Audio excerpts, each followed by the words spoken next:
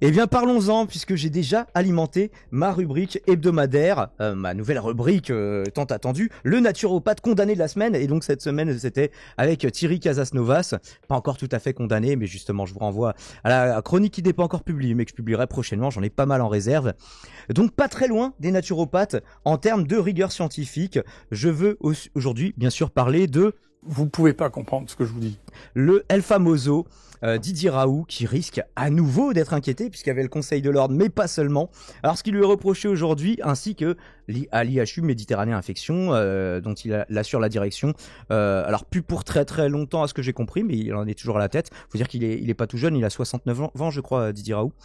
Donc dans une enquête menée par Mediapart, qui lui reproche d'avoir conduit depuis 2017 des essais sauvages sur la tuberculose avec un médicament qui n'avait pas été approuvé par l'ANSM, l'Agence nationale de sécurité du médicament, qui a déclaré à ce sujet, je cite, sur de possibles manquements de l'IHU Méditerranée Infection à la réglementation des essais cliniques, nous considérons que certaines études auraient dû être menées conformément à la législation encadrant les recherches impliquant la personne humaine.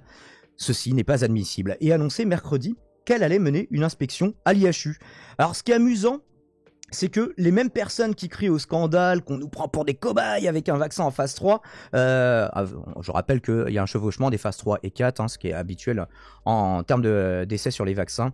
Donc en fait, c'est pas parce qu'on continue la surveillance sur la phase 3 qu'on n'est pas déjà en phase 4. Bref, je vous renvoie à mes précédentes chroniques où j'ai détaillé ce point plusieurs fois. Donc c'est les personnes qui disent qu'on nous prend pour des cobayes ne voient visiblement aucun problème avec ça et demandent même sur les réseaux qu'on laisse tranquille le youtubeur Didier Raoult, comme par exemple cette tweetos que je vous partage ici. Alors ça, je sais pas si je t'avais mis le lien, Lisandre, étant donné que c'est un peu anecdotique.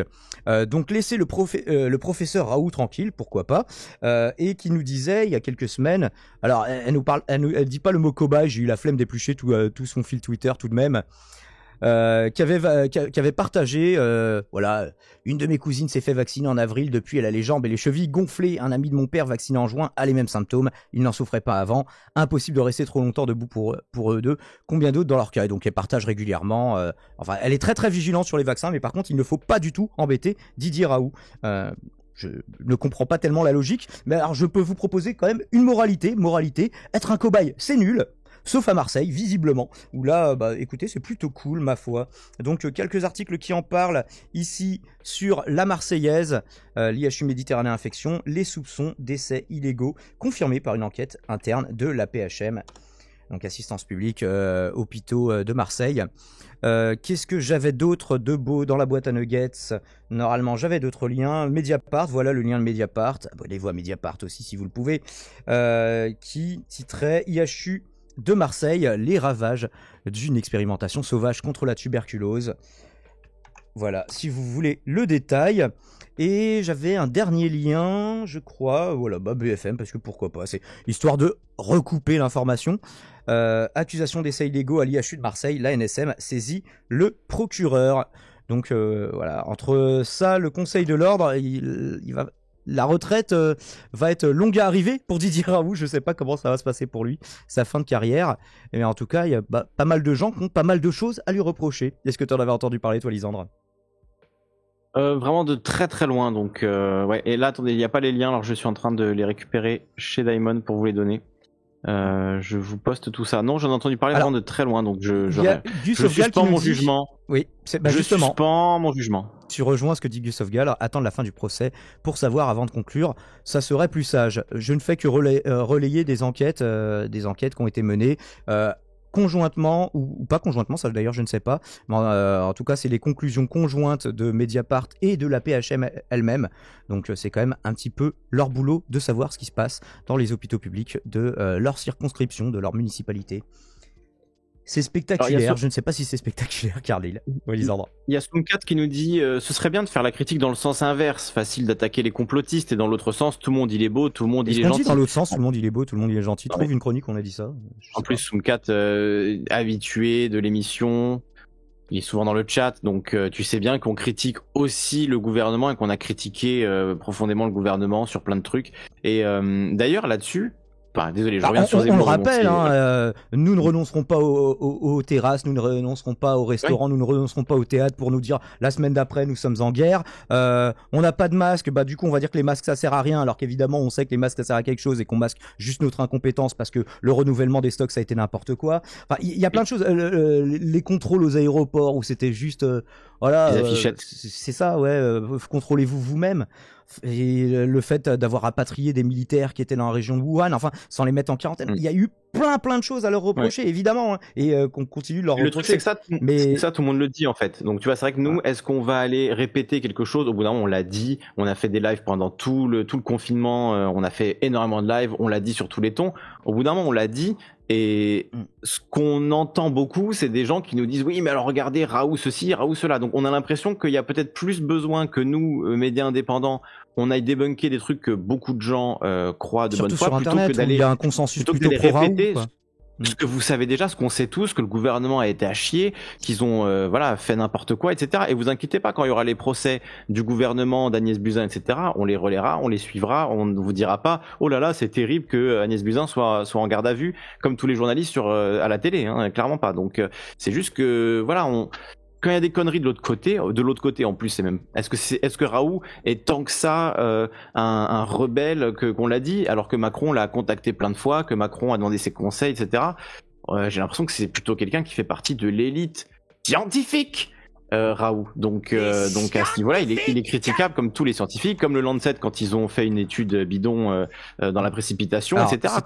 On critique tout, quoi. C'était Mera et al, je me souviens plus du nom, je crois que c'était ça. Mais c'était pas une enquête, c'était pas une étude de The Lancet. The Lancet, voilà, par contre, qui a fait une mauvaise vérification par les pairs, un mauvais peer review. Ouais. Oui, mais après le peer review, c'est très bien, mais je pense que c'est pas suffisant en soi. C'est-à-dire que c'est bien que ça y soit. Et je lisais un article la dernière fois, alors je sais plus du tout de qui, mais d'un zététicien, qui expliquait que selon lui, les journalistes, les journaux et les sites en ligne, etc., tout ce qui était information scientifique devrait aussi avoir un petit peer review, une forme de peer review minime, parce que parfois il y a beaucoup de conneries qui sont écrites dans les journaux, parce qu'il n'y a pas cette exigence d'être relu, d'être corrigé, qu'on demande des modifications, qu'on demande des choses comme ça. Donc voilà, ça c'est son intérêt, mais il y a aussi un problème de connivence, de mondanité, d'experts qui sont 10 au monde à savoir de quoi ils parlent, qui se connaissent tous, qui sont tous poteaux, etc. Donc forcément, tu vois, ça crée quelque chose de particulier pour les jeunes qui veulent essayer de rentrer dans ces cercles-là. C'est pas forcément la science qui prévaut toujours, donc il y a toujours des problèmes malheureusement. Mais voilà, nous on est là pour justement en parler de tous ces problèmes et pas défendre Raoult parce que plein de gens aiment Raoult. S'il a fait de la merde, en fait, faut en parler, quoi. C'est réel. Enfin, je sais pas. J'avoue qu'il y a un réflexe défensif parce qu'il a été beaucoup attaqué par les médias. Je peux le comprendre, mais d'un autre côté, j'ai l'impression que voilà, il y a beaucoup de je vais utiliser le gros mot, mais de complotistes qui sont qui ont aussi du mal à critiquer quelque chose qui va dans leur sens, en fait. C'est ça aussi le truc. Voilà. Et comme on disait souvent, comme on l'a dit, et tu l'as répété 1000 fois, Daimon, si la chloroquine ça avait fonctionné pour le coronavirus, on aurait été les premiers à dire que c'était génial, que c'était une très bonne nouvelle. D'ailleurs, maintenant j'y pense, n'importe quel autre médicament, en repositionnement ou pas, pas cher ou pas, tant qu'à faire pas cher. Qui est sortie, je sais pas si tu l'as vu, mais justement, un médicament pas cher, connu, qui s'appelle la fluxovamine. Oui, j'en ai entendu parler, j'ai pas encore creusé la question. Voilà, il y a une première étude qui vient de sortir et qui dirait que ça pourrait être efficace, et c'est un peu comme la chloroquine, c'est-à-dire un médicament connu, on connaît les effets, on connaît tout, et ça pourrait servir dans la lutte contre le coronavirus, et ils disent bien, même si les vaccins sont sûrs et fonctionnent bien, etc., il y a quand même besoin pour beaucoup de pays d'avoir mieux vaut prévenir que guérir, mais si on peut guérir, tant mieux, mais simplement... Et surtout un médicament comme ça, pas cher à produire, qui est connu dans le monde entier, qui peut être distribué très rapidement, etc. Donc voilà, c'est une bonne nouvelle. Et vous voyez, ça c'est une très bonne nouvelle.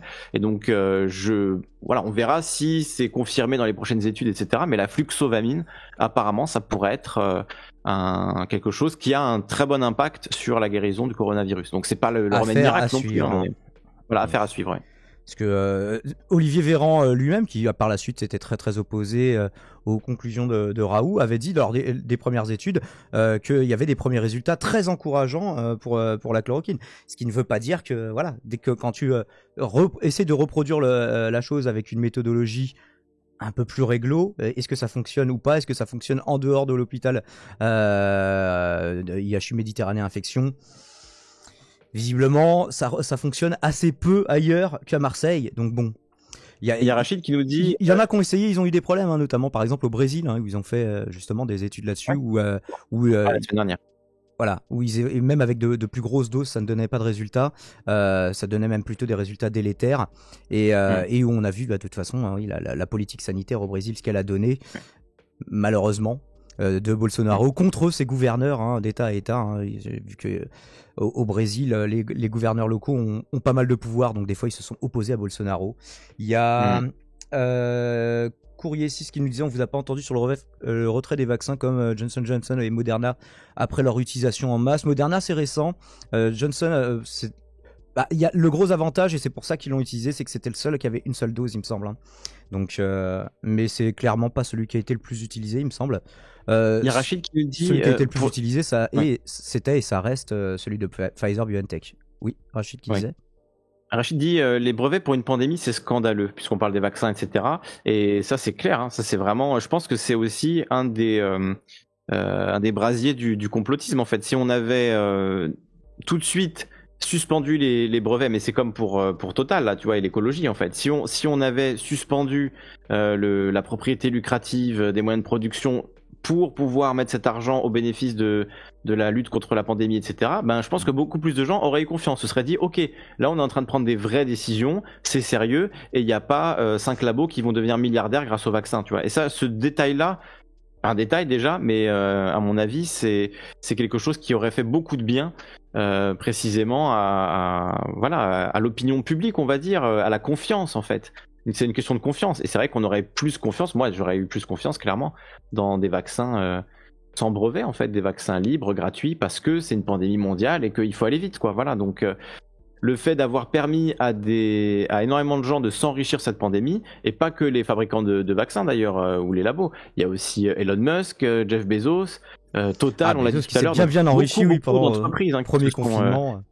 Voilà, beaucoup d'entreprises qui se sont enrichies Nintendo massivement. qui a vendu énormément de Switch, et tous les fabricants de matériel informatique. Animal Crossing, ouais, bien sûr. Tout au final. Donc toutes ces entreprises-là, elles ont gagné énormément d'argent sur le dos d'une crise, et il aurait été tout à fait légitime de dire, on suspend en fait ces gains-là, on les utilise pour lutter contre la pandémie, et on investit massivement dans les hôpitaux, etc. Malheureusement, c'est pas le système dans lequel on vit. Donc voilà. Une prostituée, je sais pas si j'autorise ton message sur le chat de Lisandre, du coup je te laisse modérer ou pas. J'aime pas trop quand il y a des insultes. Alors il y a Xavier qui nous dit: l'ivermectine est reconnue par le Japon comme efficace. Complotiste le Japon. Et après tu poursuis en nous disant vaccin Moderna interdit en Islande, Norvège, Finlande, Suède pour les moins de 30 ans, complotiste tous ces pays nordiques. Les pays, c'est pas complotiste. Enfin, est-ce que tu te rends compte de l'absurdité de ta question, amigo? C'est un petit peu compliqué là. L'ivermectine, elle est reconnue. En fait, c'est pas parce que un médicament est autorisé dans un pays qui marche. Et c'est pas parce qu'il est autorisé que le pays devient complotiste. Se tromper, c'est pas complotiste. Avoir une démarche de pensée, en fait, c'est le raisonnement qui est complotiste. C'est pas la conclusion. Est-ce que tu vois ce que je veux dire? Bref, c'est pareil. L'ivermectine, il y a l'Inde où ils ont autorisé l'ivermectine. Bon, est-ce que ça rend l'ivermectine efficace pour autant? On attend encore, tu vois, toujours de vraies méta-analyses sur le sujet, étant donné que celle qui faisait référence, El Ghazal et al, a été reconnue frauduleuse. Hein, donc, du coup, enfin, c'était le plus gros essai randomisé, et du coup, ça fausse toutes les méta-analyses qui en ont découlé. Donc, il faut de nouvelles méta-analyses, et il faudrait, du coup, de vastes études comme El Ghazal et al, mais sans la fraude, tant qu'à faire. Pour pouvoir statuer, pour l'instant, il n'y a rien il n'y a pas de résultat ultra fulgurant en la matière. Mais peut-être que ça a changé récemment. Envoyez-moi les études en hashtag promo ou en message privé si vous voulez que je jette un petit coup d'œil. Je l'ai fait globalement comme je l'avais fait, j'ai une vidéo à laquelle je vous renvoie où j'avais regardé sur C19 Studies, chez Qmeta, vous savez, ce genre de site qui, en fait, présente ça comme une méta-analyse avec énormément de biais, c'est-à-dire évidemment en fait prendre les études qui t'arrangent, prendre très peu d'études qui ne t'arrangent pas, et surtout déformer les conclusions des auteurs eux-mêmes, des auteurs qui disent en fait bah non, prudence, on n'a pas de résultats concluants, donc pour l'instant ça marche pas, et eux pour eux c'est plus 79% d'amélioration. Il y avait une étude avec un groupe contrôle de une seule personne, enfin c'était ce genre d'étude qui était mise en avant, et quand j'avais regardé sur l'ivermectine, parce qu'il y a un équivalent de ces sites pour l'ivermectine, c'était un petit peu la même chose. Mais bref, aujourd'hui le sujet c'était pas de parler d'hydroxychloroquine et d'ivermectine, là on parlait d'essais à la sauvage sur la tuberculose. Bref, on n'en est plus à un dose près du côté de Marseille. En espérant que ce soit un des derniers, on espère, même si voilà, ce feuilleton est quand même plutôt palpitant à regarder, et que Didier Raoult reste un bon youtubeur assez divertissant. Merci YouTube d'avoir suivi cette rediff qui est un petit peu longue, 15 minutes, une éternité sur YouTube. Merci de l'avoir suivi en intégralité en notre compagnie. Likez, commentez, partagez, faites des dons et abonnez-vous à la chaîne de Lisandre, Calivision, juste ici. Fais un petit coucou à la caméra. Ah non, je crois et sur Twitch aussi. Je croyais que je t'avais figé, mais non, c'est juste tu faisais un 1, 2, 3 soleil façon le jeu du pool Squid Game. Voilà, je ne trouvais plus. Bref, j'avais envie de parler de Squid Game pour la conclusion. C'est une conclusion comme une autre.